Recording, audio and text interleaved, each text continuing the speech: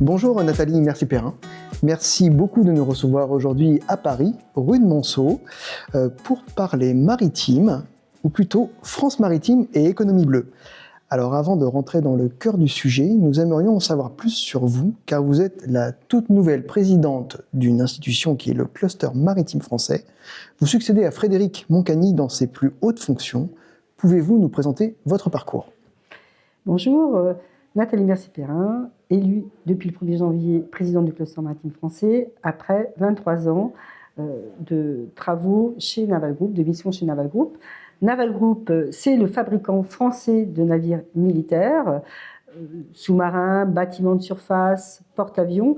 Et dans cette organisation, j'ai réalisé pas mal de missions, dont la création de Naviris, qui est cette filiale entre les Italiens et les Français, Fincantieri et Naval Group, pour créer, entre autres, 5 projets de R&D. C'est un projet finalement européen. Ça a été un projet finalement européen. Donc une forte expertise dans le domaine plutôt typé militaire.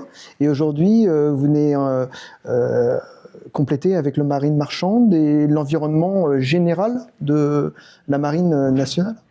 Absolument. Donc, depuis le 1er janvier, j'ai étendu mon périmètre, c'est absolument vrai, avec les armements civils et bien plus encore, que ce soit la pêche et d'autres parties prenantes dont on va parler dans quelques minutes. Donc, on va le rappeler, vous êtes la présidente du Cluster Maritime Français. C'est une institution qui est relativement récente, qui a été créée en 2006 et qui compte aujourd'hui près de 500 membres et se retrouve dans la quasi-totalité des événements nationaux. Mais au fait, le cluster maritime, c'est pourquoi faire ? Et en quoi et comment le cluster vient complémenter les actions des agences gouvernementales ou des associations professionnelles comme Armateurs de France ? Le cluster maritime français, tout d'abord, représente l'ensemble de l'activité économique du maritime. D'accord. Cette activité économique du maritime pèse en 2022 97 milliards de valeur de production. C'est à peu près 400 000 emplois. Et dans ces 400 000 emplois, on va retrouver la représentation des syndicats professionnels expérimentés et spécialisés dans différents domaines. On peut parler du GICAN, on peut parler d'Armateurs de France, on peut parler de CER qui s'occupe des énergies marines renouvelables. Donc le cluster clusterise, je dirais centralise l'ensemble des parties prenantes et bien d'autres.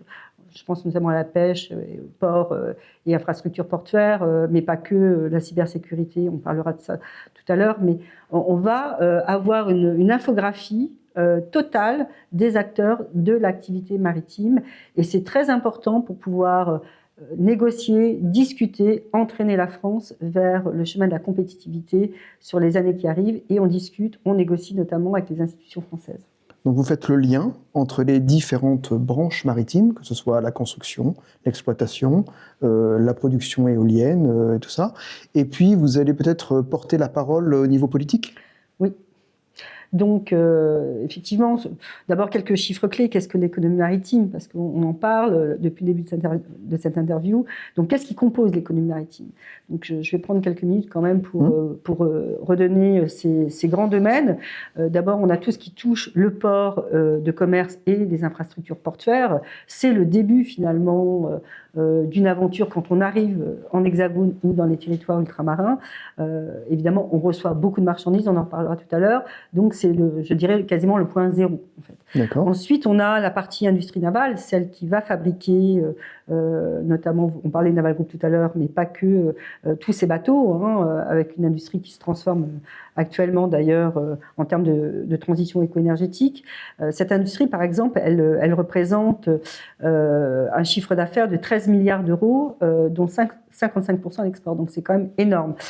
Si on parle, tout à l'heure, je parlais des ports de commerce, on a 11 milliards de tonnes au niveau national de marchandises qui transitent en 2022. Donc, c'est énorme. C'est le flux mondial, c'est énorme. Et sur ces 11 milliards de tonnes de marchandises, Sachez qu'en France, on a à peu près 317 milliards de tonnes qui ont transité en France. Donc ce sont des gros flux et comme je disais, c'est le point zéro. Donc l'industrie navale, les ports de commerce, on peut continuer avec la flotte de commerce qui, vous le savez, représente finalement le premier cordon ombilical important pour la France puisque 90% des marchandises dont je parlais tout à l'heure arrivent dans nos ports par ces bateaux. Donc il y a un vrai enjeu de souveraineté sur ces sujets-là. Je voudrais parler aussi des énergies marines renouvelables avec, on en entend parler assez souvent, cet objectif de l'éolien en mer qui va venir compléter le bouquet énergétique français avec des chiffres assez colossaux d'ici 2040 ou 2050. Parce que le président de la République avait fait des annonces en 2017, ça s'est très vite accéléré. On a vu fleurir très rapidement sur Saint-Brieuc, sur Le Havre, même sur Marseille, enfin Le Havre, sur le site de Fécamp, beaucoup d'éoliennes en mer sur différentes technologies. Et tout ça, il a fallu l'accompagner. Absolument. Ce sont beaucoup d'entreprises. On a enregistré un chiffre d'affaires de 2 milliards sur cette partie énergie marine.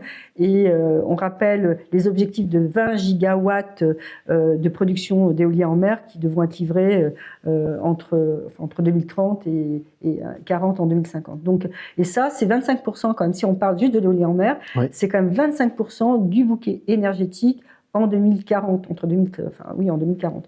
Donc c'est très significatif. Et là, de nouveau, on parle d'économie maritime, d'économie bleue. Et vous voyez que ça a un impact énorme dans la vie des Français et des entreprises. Si on continue, on parle de la pêche, évidemment, nos pêcheurs, ce sont quand même une pierre angulaire aussi de notre souveraineté alimentaire. Donc la pêche fait partie de cette économie bleue en France.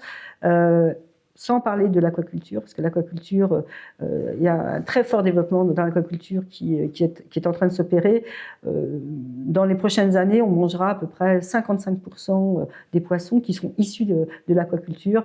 Et les Français, les entreprises françaises se développent énormément en France et à l'international sur ce sujet-là.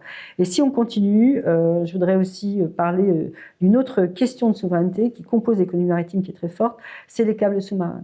Puisque vous savez que 98% des communications, des flux bancaires passent par les câbles sous-marins, ils sont posés au fond des mers.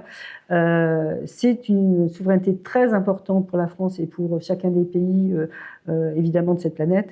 Et avec des armements experts. Avec des armements experts. La France, notamment, je pense à Orange Marine, à Philippe, Louis Dreyfus, à LDA sur la partie pose des câbles. On a des sociétés qui sont extrêmement performantes et qui sont des leaders au niveau mondial et je souhaite vraiment les saluer. Et puis, évidemment, aujourd'hui, on ne peut pas ne pas parler des grands fonds. La connaissance des grands fonds, 5% des espèces des grands fonds sont connues aujourd'hui. Il y a un énorme travail que cherchent à réaliser nos chercheurs français et mondiaux sur la connaissance du biotope, sur ce qu'on peut faire et pas faire sur ces grands fonds. Et je terminerai par un dernier sujet qui compose l'économie maritime bleue, qui est pour moi assez structurant, c'est la cybersécurité maritime. Oui. Parce qu'aujourd'hui, les guerres, elles ne sont pas que physiques, elles sont numériques, que ça soit à titre personnel ou donc en B2B ou en B2C. Les attaques cyber sont violentes, elles mettent à terre évidemment des organisations. Et donc la cybersécurité maritime, pour nous, est au cœur aussi de l'économie bleue. Voilà ce qui compose l'économie bleue. Ça représentera, on dit depuis quelque temps que ça représentera 1 million de personnes dans les années 2030-2040. Ça fait quand même une balance de plus 600 000 emplois et qui vont arriver dans les prochaines années. Ça devrait représenter 150 milliards de valeur de production. Et dans tous ces sujets que j'ai évoqués, on a évidemment des nouveaux métiers connus, imaginés, mais ceux qui sont encore à découvrir dans les 20 prochaines années. Notamment dans les drones, dans tous les métiers embarqués. Voilà, les biotech, notamment le secteur de la santé. On a tout un champ exploratoire qui est aujourd'hui proposé par la recherche et qui va arriver dans les 20 ans, soit en R&D, soit en recherche fondamentale, auprès du grand public ou dans les entreprises. Donc une carte de compétences pour le cluster très large, avec un spectre bien plus important que la marine marchande, puisque On arrive à avoir la navigation militaire, la construction, les énergies marines et la cybersécurité. Et la cybersécurité. Alors la présidence de Frédéric Moncani a été très maritime. Nous connaissons tous son parcours, nous le connaissons tous en tant qu'ancien élève de l'ENSM.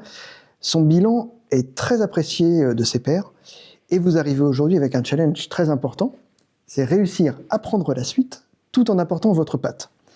Est-ce que vous pouvez nous présenter les actions déjà réalisées et en cours et peut-être votre programme ?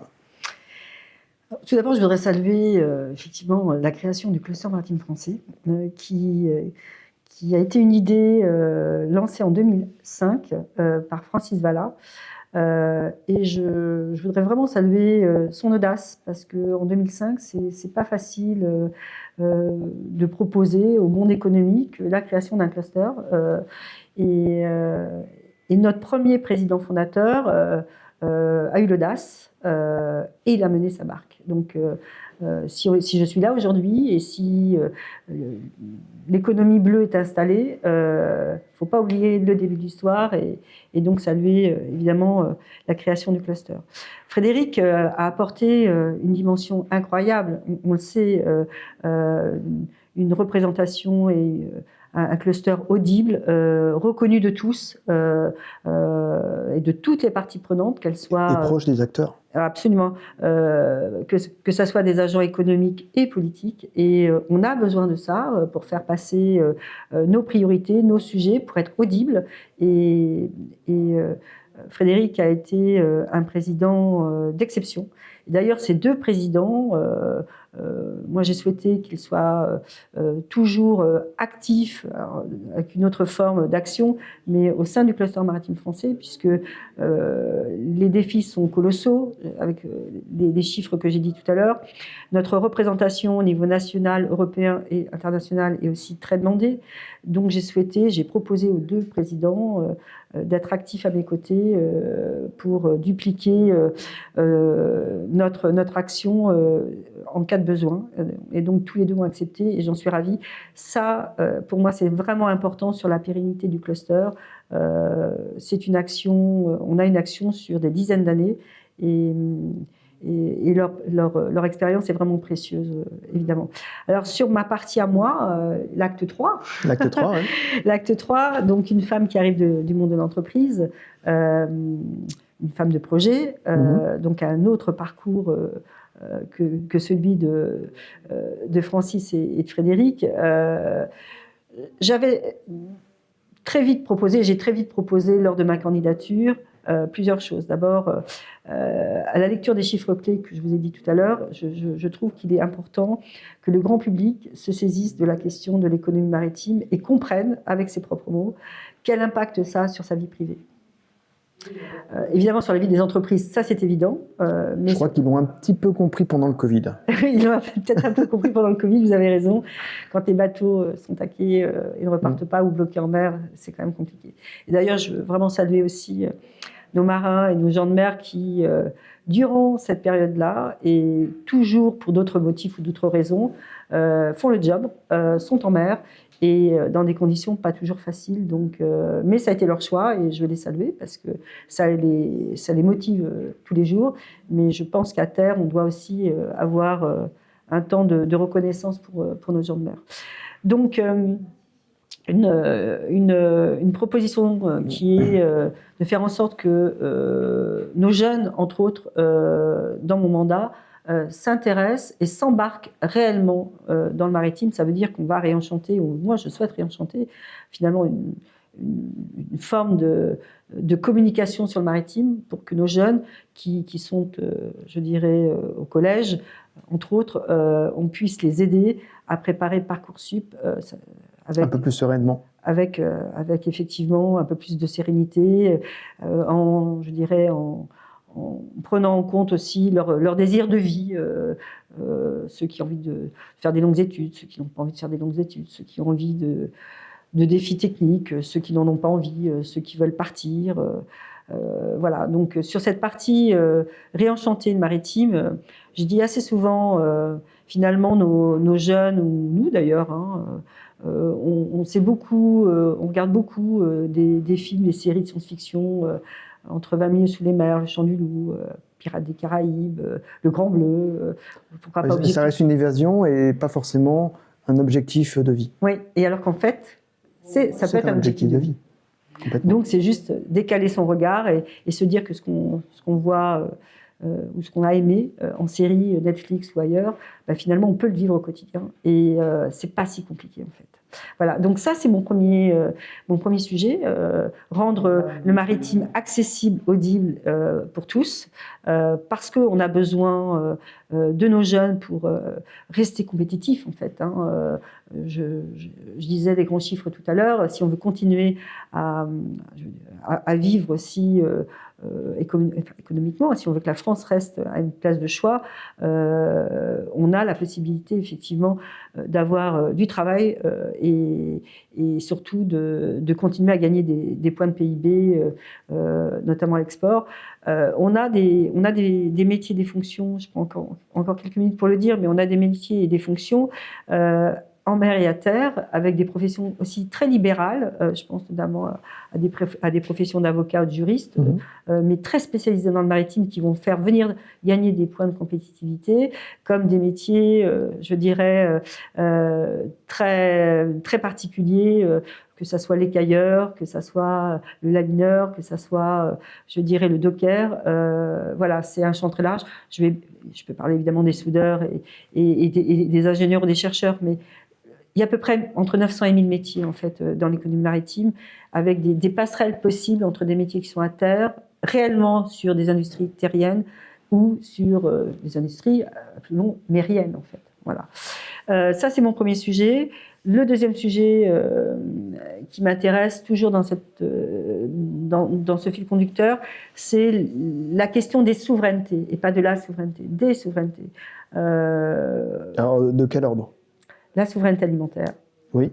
On en a parlé avec la pêche, on a parlé avec l'aquaculture. La question de la souveraineté énergétique, j'en ai parlé tout à l'heure avec l'éolien, donc ça veut dire être à l'heure des rendez-vous pour que les Français vivent mieux ces transitions sociétales qui sont annoncées. Et je dirais les questions de souveraineté technologique et industrielle, ça c'est aussi de l'emploi, c'est aussi des parts de marché, et c'est des questions qui m'intéressent. On peut parler du bateau du futur, de la propulsion du futur, évidemment tout ça décarboné. On peut parler du recyclage de matériaux ou d'équipements. Des navires, des batteries. Absolument, des batteries. Et je dirais, ne jetez pas vos batteries de téléphone, ça pourra nous servir un jour. Il y a des terres rares dedans, et des terres rares, c'est rare, et on va vouloir les récupérer. Donc, de nouveau, pour nos jeunes ou nos moins jeunes, quand on veut travailler dans des projets à impact, il faut se retourner vers le maritime. Le maritime en a besoin parce qu'il est incontournable aujourd'hui de l'économie française tout court. D'accord. Voilà. Mais pour reprendre le premier sujet, essayer de donner de la visibilité, essayer de donner envie aux gens d'engager une carrière maritime. On a entendu aux dernières assises de l'économie de la mer le président de la République qui a annoncé l'année de la mer entre l'été 2024 et 2025. Ça va exactement dans votre sens. Ça met à l'honneur la mer pendant une certaine période, mais cette mise en lumière ne serait pas un aveu de l'avoir abandonnée ? On ne peut pas dire ça. On dit simplement qu'en fait, l'État souhaite mettre en lumière ce que j'ai repris d'eux, c'est-à-dire le poids de l'économie maritime tout court dans l'économie. Donc le fait de faire un focus pendant un an, ça fait partie de l'outil de réenchanter le maritime parce qu'on en a besoin, comme je l'ai cité tout à l'heure. Donc moi, je le prends plutôt comme quelque chose de très positif où pendant un an, en particulier, et ça ne va pas s'arrêter après, mais pendant un an, comme on le fait parfois sur des périodes très courtes, on va accueillir les JO bientôt, on fait un zoom sur les JO et sur les sports. Et là, je trouve que entre les priorités d'emploi, les approvisionnements dont on a parlé, et je dirais les questions de souveraineté que j'ai aussi commentées tout à l'heure, c'est important de montrer durant un an comment la mer, de l'assiette, je dirais, à la consommation énergétique ou même au fait de récupérer son iPhone ou ses baskets à un moment donné dans un magasin, a drainé son quotidien. Je pense que c'est très important. Mais ça ne s'arrêtera pas à la fin de l'année de la mer. Non, on continuera, le cluster continuera avec les parties prenantes, mais j'espère qu'après un an, les Français auront compris ce qu'apporte la mer en termes économiques et puis surtout en termes de projets personnels ou professionnels. Alors, dans votre carnet de route, vous aviez annoncé la ferme conviction que la France doit se doter d'une véritable politique d'éducation, de formation et d'attractivité de l'économie maritime à la hauteur de ses atouts géopolitiques et industriels. C'est un très beau programme, hein. C'est effectivement une doléance de nombreux professionnels de la mer depuis très longtemps. Vous siégez vous-même au CA de l'ENSEM. Qu'entendez-vous par véritable politique d'éducation ? Pouvez-vous nous présenter un peu cette vision, puisque donc, le NMM est devenu le NSM, on a déjà fait une modification. Que doit-on améliorer en plus ? D'abord, je tiens à saluer l'action de son directeur général et des membres du conseil d'administration de cette école, que je connais effectivement très bien, qui a opéré une vraie transition là aussi depuis quelques années. Et je sais que le travail n'est pas terminé. Et je laisserai François le commenter, parce que c'est à lui que ce point revient. Moi, je voudrais plutôt axer, ce que je disais tout à l'heure, la priorité sur les très jeunes. Pourquoi sur les très jeunes et surtout finalement avec une lecture de peut-être de la remise en perspective de ce que peut apporter l'apprentissage finalement dans... Quand on parle très jeune, c'est plutôt collège ? C'est collège. C'est collège. Et donc, un collégien aujourd'hui, il arrive effectivement avec des codes d'éducation et sociaux très très particuliers au collège, et très vite on va lui demander de prendre une décision sur son orientation. Et c'est rare d'avoir 100% d'une classe confirmant leurs vœux. En général, c'est déjà rare au lycée, alors au collège. On est bien d'accord. C'est pour ça que moi je souhaite, en tout cas je demande, et je vais faire en sorte de travailler avec les parties prenantes des institutions françaises en charge de ce que je vais vous dire. Mais je pense qu'il est très important d'avoir dans nos cours, dès la 6e, une information beaucoup plus détaillée que ce qu'on a aujourd'hui sur l'économie maritime. Enfin, il est très compliqué, vous l'avez très bien dit, et au collège, bon, c'est pire, d'expliquer ce que c'est que l'économie maritime. Si on demande à un jeune qu'est-ce que l'économie maritime, pas sûr qu'un des grands thèmes que je vous ai cités, il l'annonce comme ça. Pour lui, la mer, c'est les bateaux, c'est peut-être les vacances, l'été, la voile, c'est très bien, mais quels sont les métiers derrière ? Quelle trajectoire peut-il suivre ? Comment on l'aide à comprendre tout ça ? Donc moi, je fais partie des gens qui sont persuadés que plus tôt on les embarque dans une réflexion autour du maritime, avec des métiers à terre ou en mer, mieux c'est. Et avec un premier objectif, avant de parler d'ENSEM, c'est Parcoursup. Et Parcoursup, ça ne peut pas se jouer, je dirais, un an avant de réaliser ses choix. Ça peut être des choix par défaut. C'est tout un cheminement intellectuel qu'il faut avoir depuis longues années. Et je souhaite, en tout cas dans les manuels scolaires, à la hauteur des chiffres que je vous ai dit, que les collégiens prennent conscience déjà du poids de l'économie maritime et de trouver naturellement un chemin possible pour eux, qu'ils aient envie ou pas de faire des grandes études ou de s'installer très vite en apprentissage. Et je pense que l'apprentissage est une des clés aujourd'hui pour obtenir, je dirais, les salariés dont je parlais tout à l'heure. Il nous manque à peu près 600 000 personnes. Dans les 600 000 personnes, la main-d'œuvre. On peut avoir cette main-d'œuvre assez facilement par l'apprentissage. Ça permet de se mettre de toute façon également en situation. Et puis finalement d'apprendre et puis de trouver aussi, pour ceux qui le souhaitent ou qui l'attendent, un chemin de vie, que ce soit personnel ou professionnel. Donc je trouve que l'apprentissage est une vraie voie à réenchanter aussi, en tout cas sur les sujets du maritime. il y a quelques dizaines d'années, on avait une orientation vers la 4e, c'est-à-dire aux alentours des 14 ans. Aujourd'hui, vous avez des jeunes dont vous m'avez déjà parlé qui ont une appétence pour le maritime, Oui. qui voudraient embarquer. Je ne suis pas sûr qu'ils aient le droit. Doit-on réformer un petit peu tout ça? Doit-on peut-être reprendre une filière maritime dès 14 ans, dès la 4e? Alors, vous posez évidemment des très bonnes questions. Et comme je suis une femme d'entreprise et que je suis une femme de projet, puisque je disais tout à l'heure, à partir d'une page blanche et arriver à installer 3, 4, 5 projets, c'est pas aisé. Le cluster maritime français, l'année dernière, a créé notamment un GS qui s'appelle Emploi Attractivité.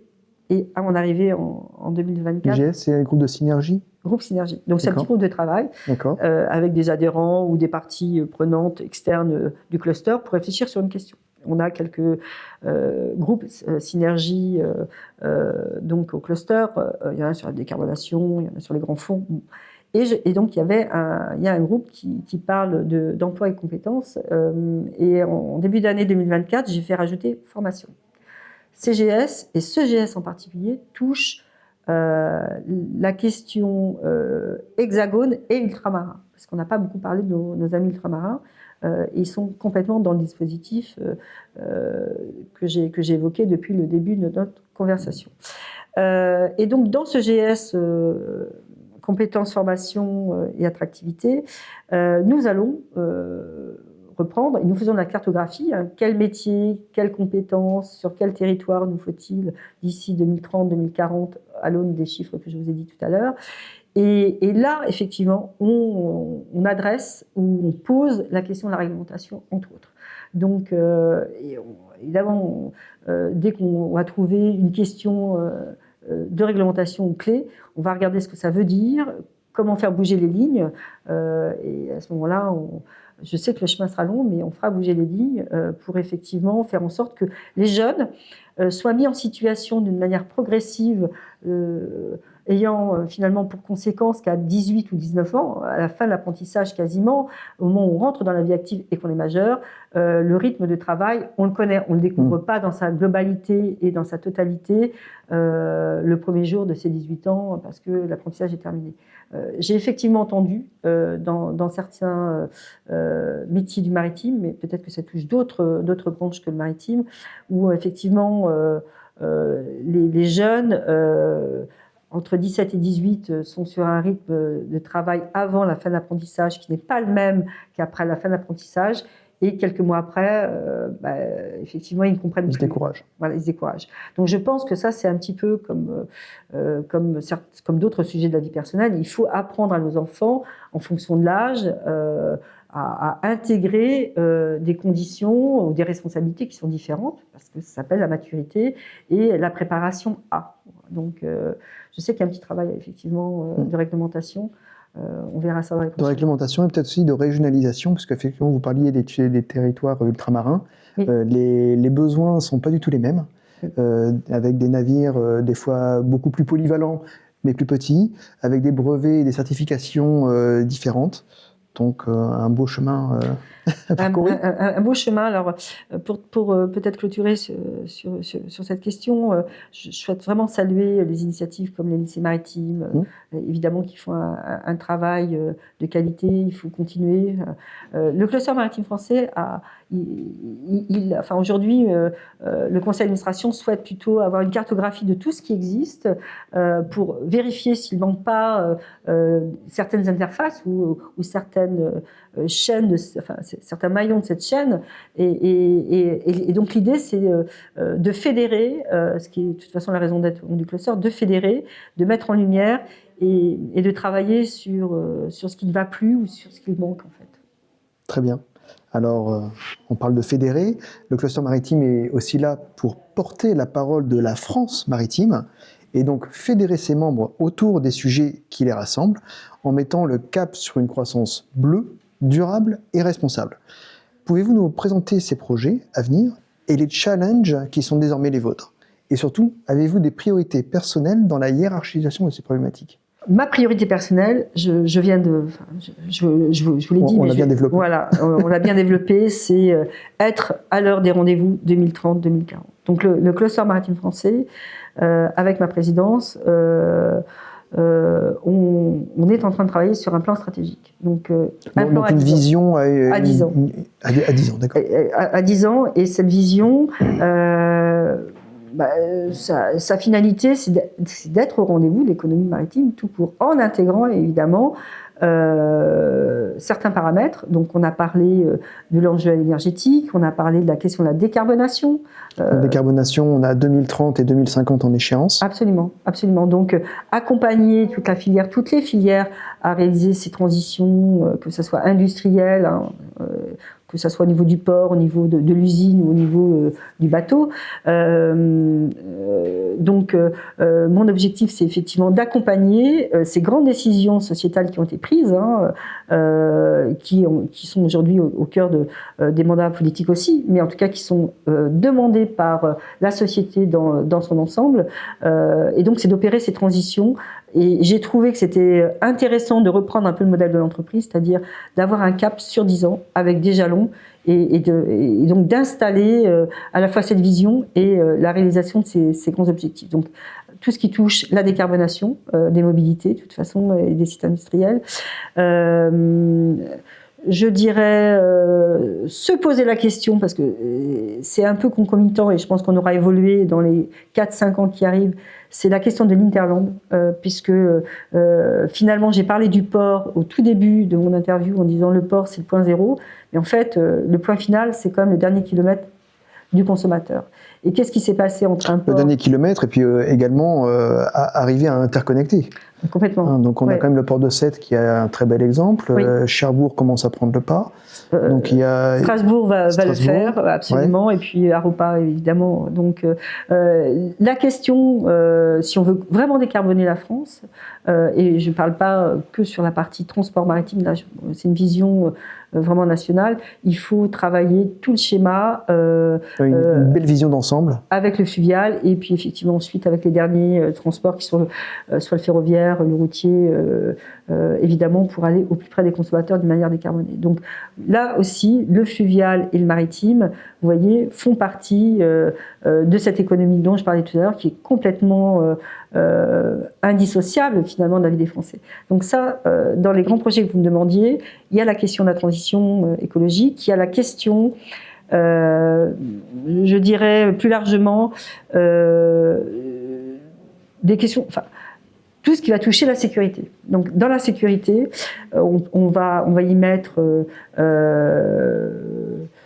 la planification de l'espace du littoral.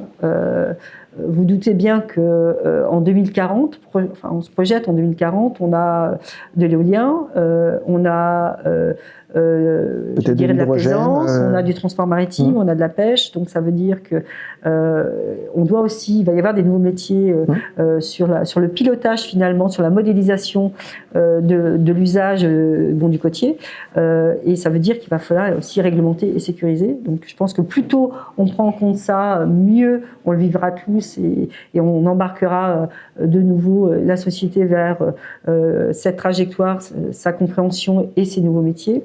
Et puis bon, on parle de sécurité, hein, vous savez que le monde n'est pas, je dirais, aujourd'hui intègre des risques sécuritaires extrêmement importants. Ouais, très important. Et ça passe aussi par tous les sujets de cyber également. Donc, quand je parle de planification, on va intégrer aussi le numérique, beaucoup de numérique dans les années qui vont à venir. Il y a un autre sujet dans la préoccupation aussi, notamment de ces transitions, et les industriels sont en train de le faire depuis pas mal d'années, mais on va continuer, c'est l'aide à l'opérateur, l'aide à l'ouvrier, c'est-à-dire l'arrivée des cobots, des robots. Ah oui, vous parlez des exosquelettes ou de ce genre d'appareils. Ouais. L'idée, il y a de la pénibilité au travail, vous le savez, oui. Donc on est dans une société où on veut faire attention à nos hommes et à nos femmes et à nos moyens. Et depuis quelques années, les ouvriers peuvent être assistés à leur demande d'un certain nombre d'outils, ce qu'on appelle les exosquelettes ou l'écobo. Et là aussi, ça fait partie des transitions sociétales attendues de manière raisonnée et raisonnable. Je terminerai par un point finalement un peu générique. Qu'est-ce qui m'intéresse sur les 10 ans qui arrivent? Ce sont des projets à impact positif et industriel. Alors, qu'est-ce qu'un impact? Exemple, les propulsions propres sont des projets à impact positif sur l'économie tout court et sur l'économie maritime. Et on se rend compte que dans les transitions que je vous ai évoquées depuis le début de notre interview, quand je vous ai parlé des terres rares tout à l'heure, ce sont des projets à impact. Recycler est une filière à impact en fait. Donc quand vous parlez d'impact, il faut que l'impact soit relativement rapide. Oui, alors il y a toujours de la R&D. Il peut y avoir une R&D beaucoup plus courte. Le recyclage, c'est peut-être plus court que créer une nouvelle propulsion, je dirais, pour un énorme bateau. Donc, dans les projets impact, on a des choses qui sont extrêmement rapides à mettre en place, et puis il y a des choses qui prennent plus de temps. Et en fait, peut-être qu'un des secrets, c'est d'intégrer dans cette feuille de route du temps court et du temps long, et des projets impact qui ont un résultat immédiat et d'autres où le résultat sera un petit peu plus long. Parce que dans la décarbonation, on va avoir le low steaming, oui. Ça a un impact immédiat. Oui. Mais par exemple, l'élaboration de carburant de synthèse, ce sera un petit peu plus long. Absolument. Mais vous voyez, finalement, ça nous permet sur chacun des thèmes de transition à opérer de dire comment j'occupe l'espace, se donner un calendrier. Voilà, comment j'occupe l'espace-temps pour pouvoir commencer à me dire je suis sur le chemin, on ne peut pas faire du on-off. Comment je m'installe graduellement sur le chemin pour arriver effectivement en 2050, voire un peu plus, à une décarbonation totale par exemple. Donc il y a effectivement un panel d'outils et de solutions. On peut commencer par réduire sa vitesse par exemple. Voilà, donc ça c'est un projet d'impact immédiat. Et puis on sait qu'on ne peut pas faire que ça, donc on va chercher des technologies ou je dirais des approches, calculer sa route différemment par exemple, ça c'est un projet impact. Voilà, donc le maritime actuellement a beaucoup de projets impact dont on parle peu, ou en tout cas on n'en parle pas avec ce vocabulaire-là, donc merci d'y prêter l'oreille quelques minutes, et donc c'est ce qui va nous mener aussi vers probablement ce chemin dont je parlais tout à l'heure, visible et audible par nos jeunes qui eux ont envie aussi d'avoir une société plus propre, plus vertueuse. Voilà, donc ça me semble aussi important de le dire. Alors ce qui est intéressant aussi avec le cluster, c'est d'avoir une vision plus globale. Là, on parle de low steaming. Low steaming, si on ne change pas notre chaîne d'approvisionnement et de stockage, ça veut dire qu'on augmente le nombre de bateaux. Si on les fait aller moins vite, mais qu'on en met plus, le bilan ne sera pas forcément positif. Non. Donc peut-être avoir une vision un peu plus globale sur un changement de comportement général. Oui, alors entre deux, vous avez aussi l'arrivée comme de bateaux avec plus de conteneurs. Aussi. Voilà, donc aussi. Une partie de l'innovation aujourd'hui, notamment dans les ports, c'est l'arrivée de moyens assez colossaux qui vont effectivement charger et décharger ces porte-conteneurs qui sont assez hors normes, quand même, on peut le dire, parce que 24 000 boîtes, ils sont énormes. Ça fait 350 km de train de marchandises sur un bateau. Ça permet de dire quand même si on travaille sur la R&D, même si on veut avoir une empreinte carbone à zéro sur ces bateaux, il faut quand même se rendre compte qu'à la tonne transportée, c'est quand même... C'est ridicule, c'est déjà pas mal. Voilà, donc c'est effectivement, je dirais, à notre société et aux jeunes et aux moins jeunes de se dire et de se poser la question, est-ce que... comment je vois mon transport maritime dans quelques années, comment je vois ces grandes questions de réinternaliser ou pas un certain nombre de choses sur le territoire français, mais on ne pourra pas tout faire, je dirais, on ne peut pas changer de modèle en 5 ans ou en 10 ans, il faut du temps. Non.